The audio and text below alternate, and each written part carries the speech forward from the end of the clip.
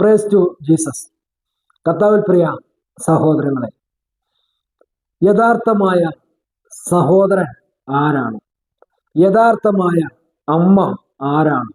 യഥാർത്ഥമായ സഹോദരികൾ ആരാണ്?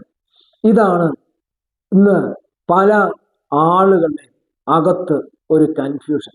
യേശു അതിനെപ്പറ്റി വ്യക്തമായി 3 സുവിശേഷ ഭാഗങ്ങളിൽ വ്യക്തമായിട്ട് പ്രതിപാദിക്കുന്നുണ്ട്. ഇന്ന് പല ആളുകളും മാതാവിൽ കൂടി മാത്രമേ ഒരു അനുഗ്രഹമുള്ളൂ, അല്ലെങ്കിൽ വിശുദ്ധന്മാരിൽ കൂടി മാത്രമേ അനുഗ്രഹമുള്ളൂ എന്ന് പഠിപ്പിച്ച് ഈ ജനം അതിന് എപ്പോൾ നോക്കിയാലും അല്ലെങ്കിൽ മാതാവെ അനുഗ്രഹിക്കണമേ, മാതാവെ ഞങ്ങൾക്ക് വേണ്ടി പ്രാർത്ഥിക്കണമേ, മാതാവെ ഞങ്ങൾക്ക് വേണ്ടി തിരുകുമാരനോട് അപേക്ഷിക്കണമേ, അപ്പൊ യേശുവെ അവിടുന്ന് എന്നെ ഒന്ന് കാണണമേ, യേശുവെ അവിടുന്ന് എൻ്റെ പ്രാർത്ഥനയൊന്ന് കേൾക്കണം എന്ന് പറയുന്നത് വളരെ ചുരുക്കമായി. കാരണം മേരിയോളജിക്കാർ പഠിപ്പിക്കുന്ന മുഴുവനും മാതാവിൽ കൂടി മാത്രമേ ഉള്ളൂ, മാതാവിൽ കൂടി മാത്രമേ ഉള്ളൂ. ദൈവത്തിന്റെ അമ്മ എന്ന സ്ഥാനപ്പേര് കൊടുത്തു. അപ്പൊ അങ്ങനെയാണെങ്കിൽ ആദിയിൽ ഒരു സ്ത്രീ ഉണ്ടാകണ്ടേ, ആദിയിൽ ഒരു സ്ത്രീ ഉണ്ടാകണ്ടേ? ആ ഒരു ചോദ്യങ്ങൾക്കെല്ലാം മറുപടി കൊടുക്കേണ്ടി വരും. അപ്പൊ അങ്ങനെ ഇരിക്കുമ്പോഴാണ് യേശുവിടെ വ്യക്തമായിട്ട് ബൈബിളിലൂടെ പഠിക്കുമ്പോൾ 3 സുവിശേഷ ഭാഗങ്ങളിലൂടെ വ്യക്തമായിട്ട് യേശു നമ്മളോട് സംസാരിക്കുകയാണ്. ആരാണ് എൻ്റെ അമ്മ, ആരാണ് എൻ്റെ സഹോദരൻ, ആരാണ് എൻ്റെ സഹോദരികൾ എന്നിവിടെ വ്യക്തമായിട്ട് യേശു പഠിപ്പിക്കുന്ന 3 സുവിശേഷങ്ങൾ നമുക്ക് നോക്കാം. വിശുദ്ധ മത്തായി സുവിശേഷം അതിൻ്റെ 12-ാമത്തെ അധ്യായം 47-ാമത്തെ വാക്യം തൊട്ട് താഴേക്ക് വായിക്കുമ്പോൾ, ഒരുവൻ അവനോട് പറഞ്ഞു, നിന്റെ അമ്മയും സഹോദരനും നിന്നോട് സംസാരിക്കാൻ ആഗ്രഹിച്ചു പുറത്തു നിൽക്കുന്നു. യേശു അവനോട് പറഞ്ഞു, ആരാണ് എൻ്റെ അമ്മ, ആരാണ് എൻ്റെ സഹോദരൻ? തന്റെ ശിഷ്യന്മാരുടെ നേരെ കൈ ചൂണ്ടിക്കൊണ്ട് അവൻ പറഞ്ഞു, ഇതാ എൻ്റെ അമ്മയും സഹോദരനും. സ്വർഗസ്ഥനായ എൻ്റെ പിതാവിന്റെ ഇഷ്ടം നിറവേറ്റുന്നവരാരോ അവനാണ് എൻ്റെ സഹോദരനും സഹോദരിയും അമ്മ. ഇവിടെ യേശു വലിയൊരു സ്റ്റേറ്റ്മെന്റ് യേശു മുമ്പിലേക്ക് വെക്കുകയാണ്. ഒരു വലിയ സ്റ്റേറ്റ്മെന്റ് വന്നു പറഞ്ഞ ആ ജനത്തിന്റെ മുമ്പിലേക്ക് യേശു വെക്കുകയാണ്. എന്താണ് ചോദിച്ചാൽ, അതുകൊണ്ട് യേശു പറയുന്ന ഒരു സ്റ്റേറ്റ്മെന്റ് ഇതാണ്. യേശു അവനോട് പറഞ്ഞു, ആരാണ് എൻ്റെ അമ്മ, ആരാണ് എൻ്റെ സഹോദരൻ? ഈ രണ്ട് ചോദ്യത്തിന് വളരെ വ്യക്തമായി ഒരു മറുപടി കണ്ടെത്തേണ്ട, ഒരു ഉത്തരം കണ്ടെത്തേണ്ട ഈ മേരിയോളജിക്കാർ. കാരണം അവർ പറയുന്നതാണ് മാതാവിൽ കൂടി മാത്രമേ അതുകൊണ്ട് യേശുവിൻ്റെ അടുത്തേക്ക് പറ്റത്തുള്ളൂ. എന്ത് പാപം വേണേലും നീ ചെയ്തോ, നീ ഒരു ഉടമ്പടി വെച്ചാൽ മതി, നീ എന്ത് ലോക കൈമത്വം കൊണ്ട് ലോകത്തിന്റെ കൂടെ നീ ജീവിച്ചാലും കുഴപ്പമില്ല. മാതാവ് ചെന്ന് യേശുവിനോട് പറഞ്ഞ് ആ നിമിഷം തന്നെ നിന്റെ അനുഗ്രഹവുമായി മാതാവ് നിന്റെ മുമ്പിൽ വരും. അങ്ങനെ വ്യാജമായി തെറ്റിദ്ധരിപ്പിച്ച് ജനത്തെ കൊണ്ട് നേർച്ചകളും വഴിപാടുകളും ഉടമ്പടികളും അങ്ങനെ തിരികത്തിക്കലും എന്നു വേണ്ട വ്യാജമായി എല്ലാ കാര്യങ്ങളും ചെയ്യുന്ന ഒരു കാലഘട്ടത്തിലാണ് നാം നിൽക്കുന്നത്. എന്നാൽ വിശുദ്ധ മത്തായി സുവിശേഷത്തിൽ പറയുന്ന ഒരു ചോദ്യം, യേശു തന്നെ ചോദിക്കുന്ന ഒരു ചോദ്യമുണ്ട്. യേശു അവനോട് പറഞ്ഞു, വന്ന് ചോദിച്ചവനോട്, നിന്റെ അമ്മയും നിന്റെ സഹോദരങ്ങളും നിന്നോട് സംസാരിക്കാൻ ആഗ്രഹിച്ച് പുറത്തു നിൽക്കുന്നുണ്ട്. ആ വന്ന് ചോദിച്ചവനോട് ചോദിച്ച ഒരു ചോദ്യമാണ്, ആരാണ് എൻ്റെ അമ്മ?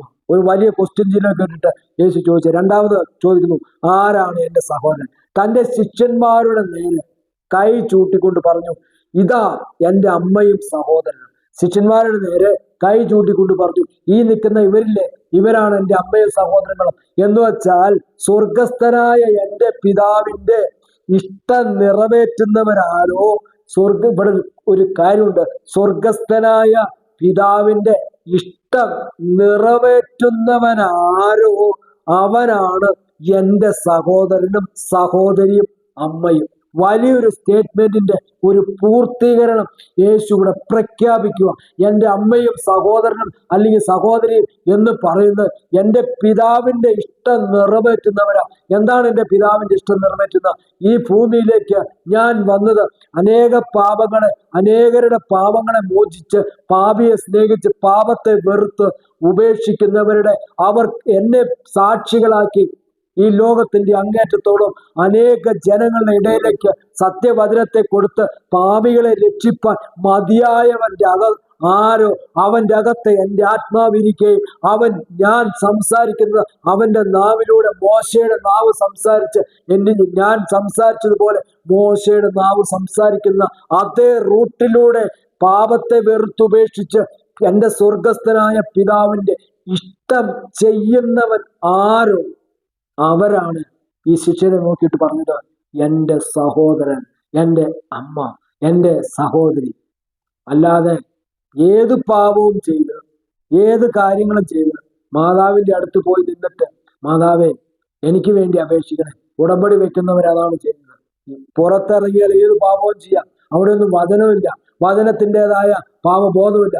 അപ്പൊ ചെന്നിട്ട് മാതാവിൻ്റെ മുമ്പിൽ ചെന്നിട്ട് കൊന്ത കുത്തി അപേക്ഷിക്കും. അപ്പോ കൊന്ത കുത്തി അപേക്ഷിക്കും, എന്നെ അനുഗ്രഹിക്കണേ. ഗലാത്യലേഖനത്തിൽ പറയുന്നുണ്ട് 5-ാം അധ്യായത്തില്, നീ ന്യായപ്രമാണത്തിന്റെ പ്രവൃത്തിയാലാണോ വിശ്വാസത്തിന്റെ പ്രസംഗം കേട്ടപ്പോഴാണോ നിന്റെ അകത്ത് ആത്മാവ് വന്നത്? അപ്പൊ ന്യായപ്രമാണത്തിന്റെ പ്രവൃത്തി ചെയ്യുമ്പോൾ നിന്റെ അകത്ത് നീ യേശുവിന്റെ സഹോദരനും സഹോദരിയും അമ്മയും ആകുമോ? നീ ന്യായപ്രമാണത്തിന്റെ പ്രവൃത്തി ചെയ്യുമ്പോൾ നിന്റെ അകത്ത് പാപബോധം ഉണ്ടാകുമോ? പശ്ചാത്താപം ഉണ്ടാകുമോ? ഉണ്ടാകത്തില്ല. എപ്പോഴാണ്? വചനം കേൾക്കുമ്പോഴാണ് ഒരുവന്റെ അകത്ത് ആത്മാവ് ലഭിക്കുന്നത്. അപ്പോ മുതൽ അവന്റെ അകത്ത് പാപബോധം കിട്ടി പാപത്തെ ഏറ്റുപറഞ്ഞ് യേശുവിന്റെ പാതയിലൂടെ നടക്കുന്നവൻ ആരോ അവൻ യേശുവിന്റെ സഹോദരനാണ്, യേശുവിന്റെ സഹോദരിയാണ്. അതുകൊണ്ട് കർത്താവ് പറഞ്ഞു, എന്നെ പ്രതി, വചനത്തെ പ്രതി നീ നിന്റെ അപ്പനെയും അമ്മയെയും മക്കളെയും നിലങ്ങളെയും സകലത്തെ ഉപേക്ഷിച്ച് എന്നെ പ്രതി നീ പരിത്യജിച്ച് നീ നടന്നാൽ, നീ എൻ്റെ വേലയ്ക്കായി നടന്നാൽ ഈ ലോകത്തിൽ കഷ്ടങ്ങളോട് കൂടി തന്നെ നിനക്ക് 100 മടങ്ങ് നിലങ്ങളെയും സഹോദരങ്ങളെയും സഹോദരികളെയും മക്കളെയും അമ്മയെയും തരുമെന്ന് വാക്ക് പറഞ്ഞ കർത്താവ് ഇതേ വചനം തന്നെ ഇവിടെ പറയാണ്. ആരാണ് എൻ്റെ സഹോദരൻ, ആരാണ് എൻ്റെ സഹോദരി? ഈ വലിയൊരു സ്റ്റേറ്റ്മെന്റ് എന്നെ കേൾക്കുന്ന പ്രിയ സഹോദരങ്ങളെ കർത്താവിന്റെ മുമ്പിലെ കർത്താവ് തരികയാണ്. ഇനി മർക്കോസിന്റെ സുവിശേഷം ഇതിനെപ്പറ്റി എന്താണ് പറയുന്നതെന്ന് നമുക്ക് നോക്കാം. മർക്കോസിന്റെ സുവിശേഷം അതിന്റെ 3-ാമത്തെ അധ്യായം 31-ാമത്തെ വാക്യത്തിലേക്ക് നോക്കുമ്പോൾ, അവന്റെ അമ്മയും സഹോദരന്മാരും വന്ന് പുറത്തു നിന്നുകൊണ്ട് അവനെ വിളിക്കാൻ ആളെ അയച്ചു. ആദ്യം പറഞ്ഞു സംസാരിക്കാൻ ആഗ്രഹിച്ചു, പുറത്തുനിന്നോർത്തും വന്നു. ഇത് വിളിക്കാൻ ആളെ അയച്ചു. ജനക്കൂട്ടം അവന് ചുറ്റും ഇരിക്കുകയായിരുന്നു. ജനക്കൂട്ടം എന്ന് ഉദ്ദേശിക്കുമ്പോൾ അതിന് എണ്ണമെന്ന് പറയാൻ പറ്റത്തില്ല, എണ്ണത്തെ പറയാൻ ഇവിടെ പറ്റില്ല. ജനക്കൂട്ടം എന്ന് പറയുമ്പോൾ ഒരുപാട് ജനക്കൂട്ടം ഉണ്ടാകാം. അവരുടെ നടുവിൽ നിന്നാണ് യേശു വ്യക്തമായ ഈ സത്യത്തെ വിളിച്ചു പറയുന്നത്. അവൻ പറഞ്ഞു, നിന്റെ അമ്മയും സഹോദരന്മാരും സഹോദരനും നിന്നെ കാണാൻ പുറത്തു വന്നു നിൽക്കുന്നു. അവൻ ചോദിച്ചു, ആരാണ് എൻ്റെ അമ്മയും സഹോദരങ്ങളും? അതേ ചോദ്യം ഇവിടെ ചോദിക്കാം, ആരാണ് എൻ്റെ അമ്മയും സഹോദരങ്ങളും? ഇവിടെ ചുറ്റും ഇരിക്കുന്നവരെ നോക്കിക്കൊണ്ട്, എന്ന് വെച്ചാൽ ജനക്കൂട്ടത്തെ നോക്കിയിരിക്കുന്നവരെ കൊണ്ട് ജനക്കൂട്ടത്തെ നോക്കിക്കൊണ്ട്, ആ ചുറ്റുമിരിക്കുന്നവരെ നോക്കിക്കൊണ്ട് അവൻ പറഞ്ഞു, ഇതാ എൻ്റെ അമ്മയും എൻ്റെ സഹോദരങ്ങളും ദൈവത്തിന്റെ ഹിതം നിർവഹിക്കുന്നവരോ അവരാണ് എൻ്റെ സഹോദരനും സഹോദരനും. ചുറ്റും നിൽക്കുന്ന വലിയ ഒരു ജനത്തെ നോക്കിക്കൊണ്ടാണ് കർത്താവ് പറയുന്നത്, ഈ നിൽക്കുന്നവരില്ലേ എൻ്റെ വചനം ശ്രവിക്കാൻ വന്നവര്, എന്നെ കേൾക്കാൻ വന്നവര്, സ്വർഗസ്ഥനായ പിതാവിന്റെ ഹിതം നിർവഹിക്കാൻ വന്നവര്, ഇവരാണ് യഥാർത്ഥത്തിൽ എൻ്റെ അമ്മയും എൻ്റെ സഹോദരങ്ങളും. അപ്പോ ഇവിടെ ഒരു മധ്യസ്ഥക്കാരന്റെ ആവശ്യമുണ്ടോ? ഇനി മാതാവിന്റെ മുമ്പിൽ ചെന്നിട്ട് കൊന്ത ചൊല്ലി, മെഴുകുതിരി കത്തിച്ച്, ഉടമ്പടി വെച്ച്, ഉടമ്പടി തൈലം പൂശി, ഉടമ്പടി എണ്ണ ഒഴിച്ച്, പേപ്പർ കത്തിച്ച്, പേപ്പർ ബിസിനസ് നടത്തി, പേപ്പർ ചുമന്ന് മറ്റുള്ള വീടുകളിലേക്ക് എത്തിക്കുന്ന ഈ ന്യായപ്രമാണത്തിന്റെ പ്രവൃത്തി ചെയ്യുമ്പോൾ എന്നെ കേൾക്കുന്ന പ്രിയ സഹോദരങ്ങളെ, നിങ്ങളുടെ ഏത് പാപത്തിനാണ് വിടുതൽ ലഭിക്കുന്നത്?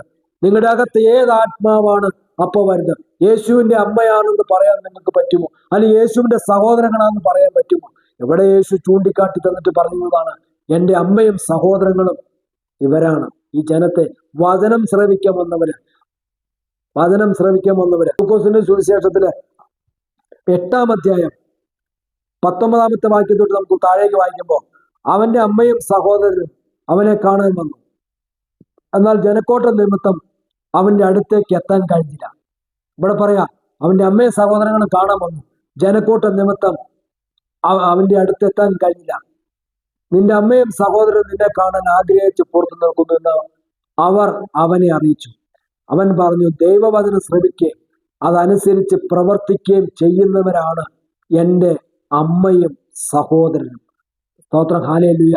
അപ്പോൾ ഇവിടെ എല്ലാം സുവിശേഷ ഭാഗങ്ങളിൽ വ്യക്തമായിട്ട് പറയുന്നു, ദൈവത്തിന്റെ ഹിതമനുസരിച്ച് ജീവിക്കാത്ത ഒരുവനും എൻ്റെ അമ്മയും സഹോദരങ്ങളുമല്ല. അങ്ങനെ ഇരിക്കെ തന്നെ ദൈവത്തിന്റെ കൽപ്പന അനുസരിക്കാതെ, ദൈവത്തിന്റെ ഹിതമനുസരിക്കാതെ. എന്താണ് ദൈവത്തിന്റെ ഹിതം? യേശു പറഞ്ഞു അപ്പോസ്തല പ്രവർത്തനത്തിൽ, നീ ലോക അവസാനം പോയി എന്റെ സാക്ഷികളാകാൻ പറഞ്ഞു, എന്റെ സാക്ഷികളാകാൻ പറഞ്ഞു. ഇത് യേശുവെന്ന് പറയുമ്പോൾ നാണം. മറ്റുള്ളവന്റെ അടുത്ത് പോയിട്ട് നിന്റെ യേശു രക്ഷിക്കുമെന്ന് പറയുമ്പോൾ അവന് ലജ്ജയാണ്, അവന് നാണമാണ്. അവന് മാതാവിനെ പറയാൻ അവന് കുഴപ്പമില്ല, വിശുദ്ധന്മാരെ പറയാൻ കുഴപ്പമില്ല, അവന് നേർച്ച കാഴ്ചകൾ നടത്താൻ പറയാൻ കുഴപ്പമില്ല. എന്നാൽ വചനം പറയാൻ അവന്റെ നാവ് പൊങ്ങത്തില്ല, വചനം അവൻ അറിയത്തില്ല. അവൻ അറിയാവുന്നത് ഒന്നേ ഉള്ളൂ, നേർച്ച കാഴ്ച കൊന്തയിലുള്ളു, ഇത് മാത്രമേ അറിയത്തുള്ളൂ. അപ്പോ യേശു ഇതൊന്നും അംഗീകരിക്കുന്നില്ല എന്ന് പറയുന്നു. ഇനി യേശു പറയുന്നു, ഈ ലോകത്തിലുള്ള കഷ്ടങ്ങളോട് കൂടെ ഇതെല്ലാം തരാമെന്ന് പറയുമ്പോൾ, ഇതെല്ലാം തരുമെന്ന് പറയുമ്പോൾ യേശു ആഗ്രഹിച്ചത് എന്താണ്? സ്തോത്രം, ഹല്ലേലൂയ.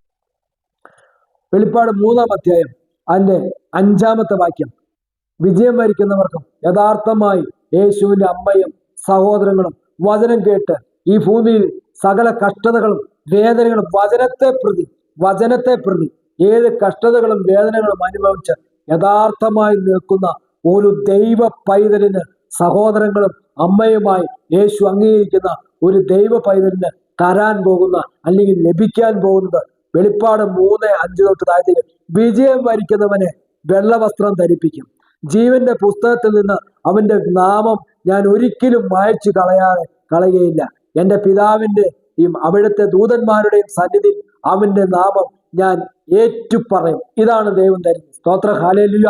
എത്ര കൂട്ടം കാര്യങ്ങളാ. ഒന്ന്, നിന്റെ പേര് ജീവന്റെ പുസ്തകത്തിൽ നിന്ന് മാറ്റി കളയത്തില്ല. അവിടുത്തെ ദൂതന്മാരുടെ മുമ്പാകെ നിന്റെ പേര് ഞാൻ പറയും, നിന്റെ നാമം, ഞാൻ നിനക്കൊരു നാമമിടും, ആ നാമം ഞാൻ ഏറ്റുപറയും. വിജയം വരിക്കുന്നവന് ഞാൻ വെള്ളവസ്ത്രം ധരിപ്പിക്കും. ഒന്ന്, വെള്ളവസ്ത്രം ധരിപ്പിക്കും. രണ്ടാമത്, ദൂതന്മാരുടെ മുമ്പാകെ ധരിപ്പിക്കും. രണ്ടാമത്, ജീവ പുസ്തകത്തിൽ നിന്നും പേര് മായ്ച്ചു കളയയില്ല. മൂന്നാമത്, ദൂതന്മാരുടെ സന്നിധിയിൽ അവന്റെ നാമം ഞാൻ ഏറ്റുപറയും. സ്തോത്രം, ഹല്ലേലൂയ, ഹല്ലേലൂയ. എന്നെ കേൾക്കുന്ന പ്രിയ സഹോദരങ്ങളെ, ഇങ്ങനെ ഇരിക്കെ തന്നെ ഇത്ര വലിയ ഒരു ശക്തമായ ദൈവത്തിന്റെ വെളിപ്പാടായി തരുമ്പോൾ ഇന്നത്തെ ജനം വഴിതെറ്റി യേശു ക്രിസ്തുവിനെയോ വചനത്തെയോ യഥാർത്ഥമായ അമ്മയും സഹോദരങ്ങളുമായി അംഗീകരിക്കുന്ന അത്യുന്നതനായ ദൈവത്തിന്റെ സന്നിധിയിൽ നിൽക്കുന്നതിന് പകരം മറ്റ് തലങ്ങളിലേക്ക് കൃപയെ വിട്ട്, കൃപയിൽ നിന്ന് വീണു പോയിട്ട് എന്താണ് ചെയ്യുന്നത്?